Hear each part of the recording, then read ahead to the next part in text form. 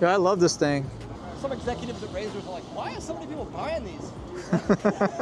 Why are they not 13-year-olds? Our demographic is 35 years old. What is going on? They're fun. What's up, guys? Welcome back to Pat Outdoors. Today we're going to be working on and riding my Razor SX500 project. I just got back from a 3-week trip to the Philippines, so I apologize if I haven't had many updates recently, especially on the MX350 giveaway build. I had a mishap with battery fitment issues, not being able to fit it in the frame and whatnot, but I just got a replacement battery, so I should be able to wrap that up this week, and that should be my next video. But today we're going to be cleaning things up on the SX500, finally putting the plastic covers on. Also got a new bracket and sprocket from Electro & Co for me to try out. And I'm also going to be installing a graphics kit today, so hopefully it's going to clean up the look quite a bit. I'm going to be meeting up with my buddy Elmer later on. Some of you guys might know him as Yatu Chavez. He's hosting a small group ride in Maryland, and he's going to be riding his modified RSF 650, so I'm excited to see that. The first thing I want to address is definitely how I mounted the Noisy Cricket controller. I currently have it zip tied to the frame since I forgot to purchase the bracket for it. I mean, it's held up just fine, but I just want it to be more secure.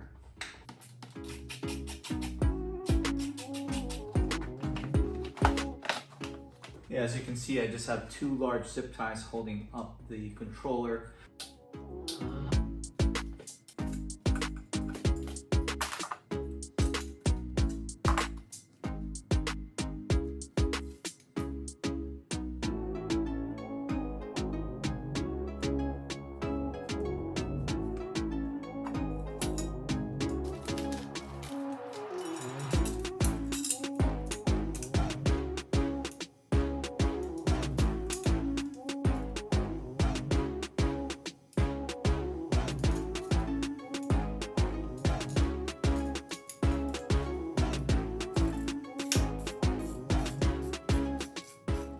Definitely easier to use a smaller wrench like this 1/4" drive with an Allen bit, since it's able to get to much tighter spaces like above the battery. But this does look a lot better than 2 zip ties. I am also still experimenting with different gearing combinations, but I was able to hit 66 miles per hour with a 10-tooth front and 65-tooth rear sprocket with a 35 chain setup. But please keep in mind, I do have an RSF 650 wheel set with a larger street tire. So it has a slightly larger overall diameter versus the stock SX500 or MX650 factory rear wheel. So if you have the stock wheels for the back, you might have a slightly different result. But just for fun, I'm going to be swapping a 11-tooth front sprocket, and I'm also going to be turning up the power on the Noisy Cricket controller to potentially 400 or 500 phase amps, because I want to see if we can hit 70 miles per hour with this thing.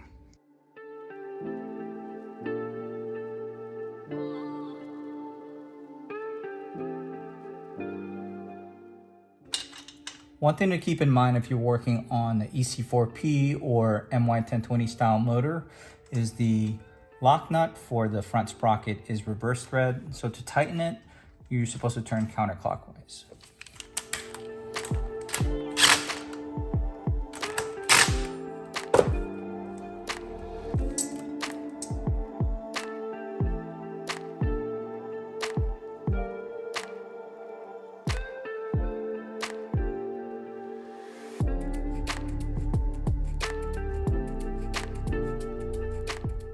And then the next thing I want to do is reinstall the plastic side covers back on the frame just to clean up the look a little bit more and protect the battery and some of the electronics.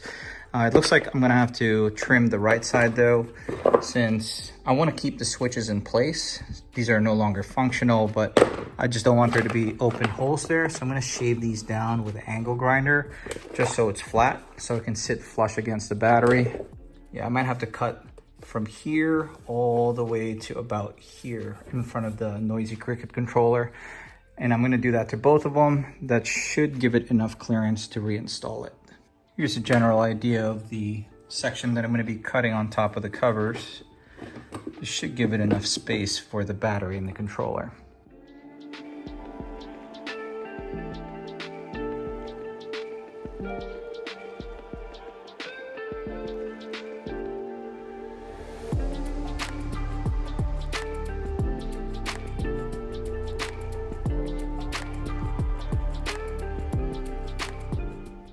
Here's a closer look at how that turned out.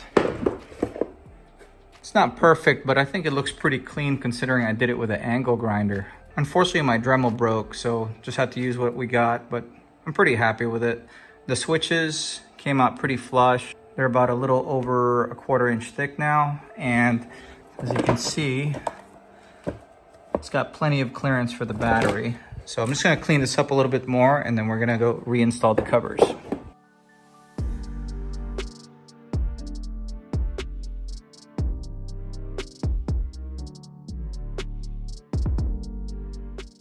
Here's how the plastics ended up fitting.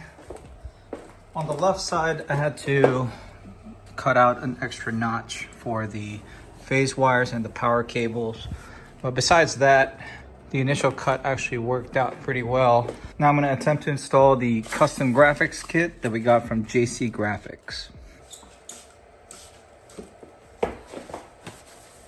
Hopefully I don't have to bust out the heat gun.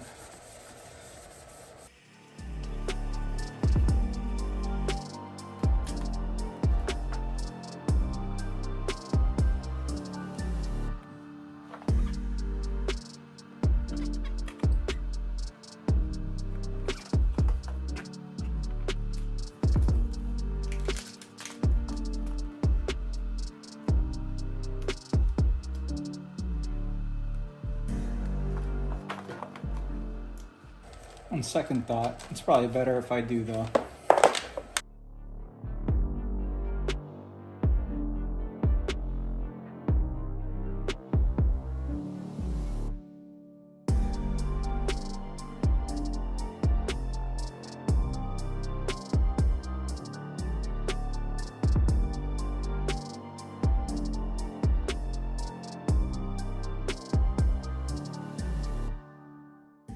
I gotta say, this is definitely the highest quality vinyl kit I've worked with so far, and definitely do a dry application. Just use a heat gun to shrink the vinyl if you need to go around the edges.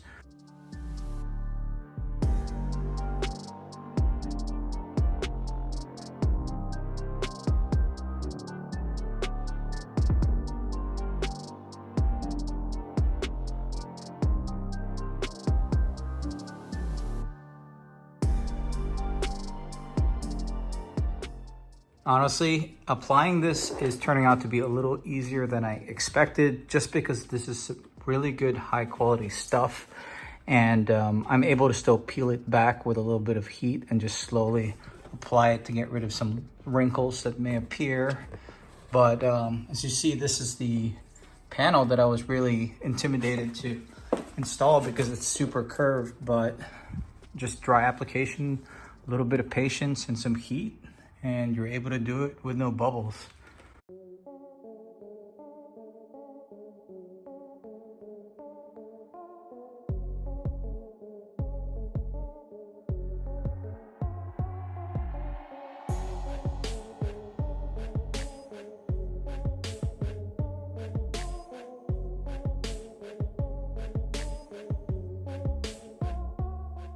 Not gonna lie, I kind of slapped this thing together last minute since I'm trying to ride in the next hour or so. But considering I did it in a rush, there's very little bubbles or wrinkles throughout the whole bike. So I'm pretty happy with the job overall. Make sure you check out JCGraphics for some quality kits. He'll even do some custom stuff for you. All right, hopefully we don't run into any issues since I didn't get a chance to test ride this thing. Well, thank y'all for coming out for the group ride. I never hosted one, so I'm definitely a little bit nervous, but also excited as well. The route should be pretty simple. University of Maryland, and then the brewery where we're going to is like right past that. Only about 10-ish miles, straightforward ride. Main roads, so if we all stay packed together, we should be good. No cops are ever an issue out here. Chill ride today. Again, thank you for coming for the first one. Wanted to get it done before the riding season was over, but next season, people already want to do stuff like this locally. I'll do my best to make it happen. So, all right, let's go. Oh damn! One thing I hate is I don't know which one is which. What's up?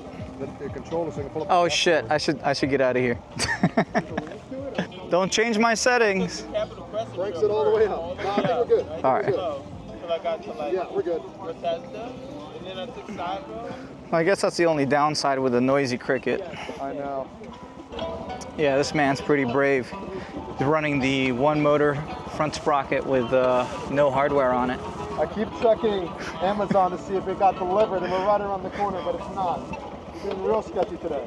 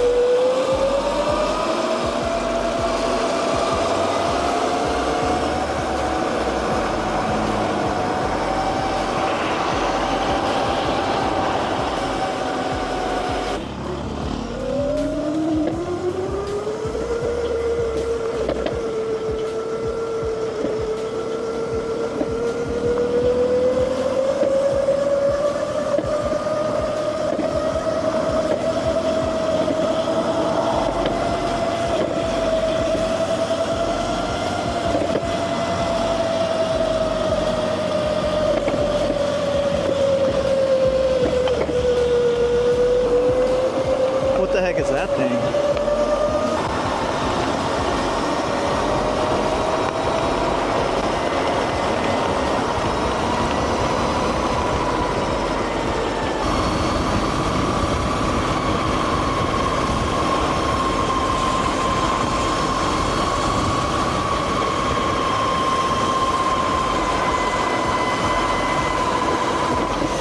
Whew.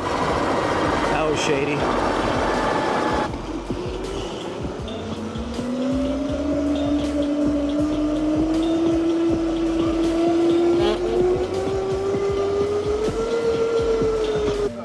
Dude, my ass hurts after riding that long with a Razor. I was gonna say we can switch if you want on the way back.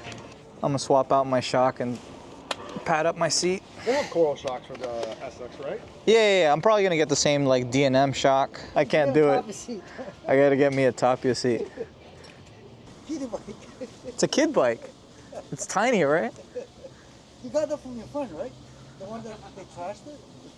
No, that's a smaller bike. That's an MX350. This is kind of like for 13-year-olds, I guess.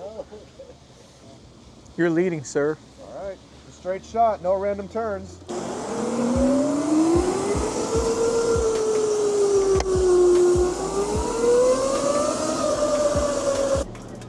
Those little Razors are awesome. Yeah, I love this thing. Some executives at Razors are like, why are so many people buying these? Why are they not 13-year-olds? Our demographic is 35 years old. What is going on? They're fun. Yeah, heck yeah.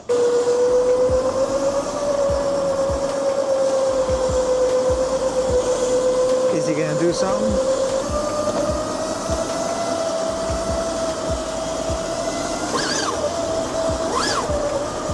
Uh-oh.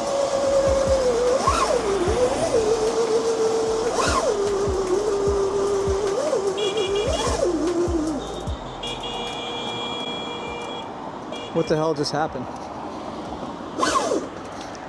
Oh no. Oh great, the weld's broke on my wheel. Oh, My rear wheel is toast. It's fine. I had that welded because it stripped out when I first did a pull. this one happened before, right? When you were. It happened before. Yeah. Well, the bike broke, but at least it looks good. I gotta figure out a wheel situation. I might get a set of SuperMoto wheels from Electro & Co. or just get a replacement RSF wheel. Let me know what you guys think. If you're interested in checking out any of the parts that I use for this project, I'll have everything linked in the description below. I was really hoping to get some open road here since I just turned up the power, and I really wanted to see if we can hit that 70 miles an hour finally, but today is not the day, guys. A couple other things I noticed that I want to improve on this bike is definitely the suspension. The front is fine, it's a little bit too soft, but I can deal with it. But the stock rear shock with the spring bound up is just way too stiff for me. I'm gonna switch that out to a D&M. Another thing I gotta do something about is the stock seat. I kind of want to add like additional padding to it just because this is definitely hurting my ass after, I think I've been riding around 16 miles so far, and it's just not doing it for me. So I'm definitely gonna add some padding to the seat and reupholster it, but that's gonna have to be a video for another day. If you guys enjoyed today's video, do me a favor and hit that like button. If you like this kind of content, want to keep up with some of my projects, such as this SX500, my Talaria, my Tudio, or any of my other razors, consider subscribing to this channel. But this is going to be it for today. Thank you for watching. Got Ty-Ho and Elmer here for the save. God damn it.